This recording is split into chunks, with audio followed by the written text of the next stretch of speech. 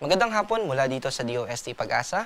Ito po ang ating update patungkol sa minomonitor natin na low pressure area at sa magiging lagay ng ating panahon sa susunod na 3 araw. Base po dito sa ating latest na lokasyon ng low pressure area na ating minomonitor, ito ay nasa layong 355 kilometers west ng Calayan, Cagayan. Ito po ay nakataas na sa category na high. Ang ibig po sabihin nito ay sa susunod na 24 oras, inaasahan na natin na ito ay magiging isang ganap na bagyo o tropical depression. Also, posible na rin po ito na pumasok ng Philippine Area of Responsibility maaaring tonight, ngayong gabi o kaya naman ay bukas. Kapag po ito ay pumasok at naging ganap na bagyo na, ay tatawagin po natin ito na si Esther. Sa ganun pa man, patuloy pa rin yung epekto ng hanging habagat. Actually, itong low pressure area na ating minomonitor, ito po yung isa sa dahilan kaya po hindi ganun kalakas yung mga nararanasan natin na mga pag-ulan, lalo na dito sa western section ng Luzon. At dahil po dito sa hangin o sa pag-ikot po nitong low pressure area, yung mga moisture o yung mga kaulapan ay nag-accumulate lamang po at bumubuhos po yung mga pag-ulan offshore o dito sa karagatan, sa kanlurang bahagi ng ating bansa.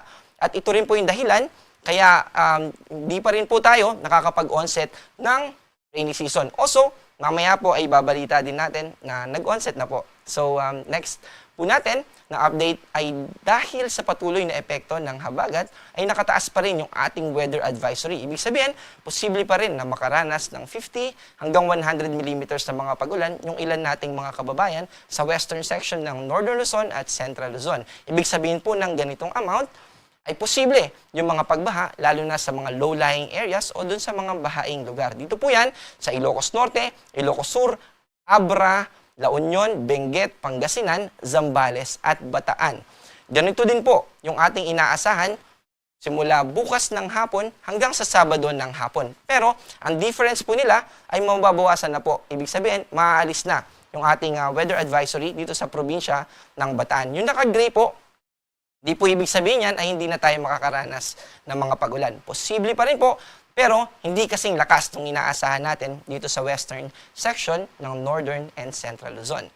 Simula naman po ng Sabado ng hapon hanggang sa Sunday ng hapon, mas mababawasan na yung mga nakataas natin sa weather advisory. Sa mga panahong ito, yung bagyo, yung posibleng bagyo na ating minomonitor, na LPA pa lang ngayon, ay nasa bandang Taiwan na at mas mababawasan na yung epekto nito. So, limitado na lamang po yung ating advisory dito sa Ilocos Norte, Ilocos Sur at probinsya ng La Union.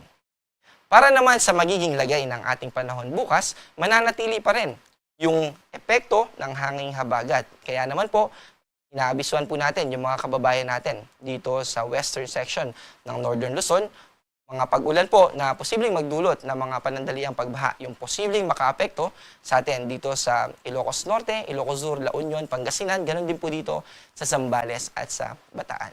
Ang agwat po ng temperatura dito sa Metro Manila ay 25 to 31, sa Tagaytay naman ay 22 to 31 at sa Legazpi ay 26 to 33. Dito naman sa Palawan, ganun din sa Visayas at sa Mindanao, mananatiling mas mababa yung tsansa ng mga pag-ulan. Posible lamang po yung tinatawag natin na mga localized thunderstorms. Yung mga localized thunderstorms, ito po yung bigla-biglaan na lang na magkakaroon ng mga pag-ulan at yung issuance po natin o yung forecast natin patungkol dito ay nilalabas ng Pag-asa Regional Offices. Up to municipal level naman po o mga lugar na pwede nating malaman kung magkakaroon ba ng mga thunderstorms sa ating lugar. So, pwede po natin bisitahin yung panahon.gov.ph para makita natin kung may posible bang thunderstorm sa susunod na 2 hanggang 3 oras. Ang agwat ng temperatura dito sa Puerto Princesa ay 25 to 32. Dito naman sa Cebu ay 27 hanggang 33. At dito naman sa Davao ay 25 to 33. Ulitin ko lang po, dito sa Puerto Princesa, 25 to 32 at hindi po 32. 22. So wala naman po tayo nakataas na gale warning, pero inaasahan po na posibleng umabot ng hanggang 3.4 meters yung taas ng alon na posibleng makaapekto sa ating mangingisda o sa ating paglalayag. Kaya mag-ingat po, lalo na dito sa northwestern portion ng Luzon, yung mga kababayan natin na mangingisda.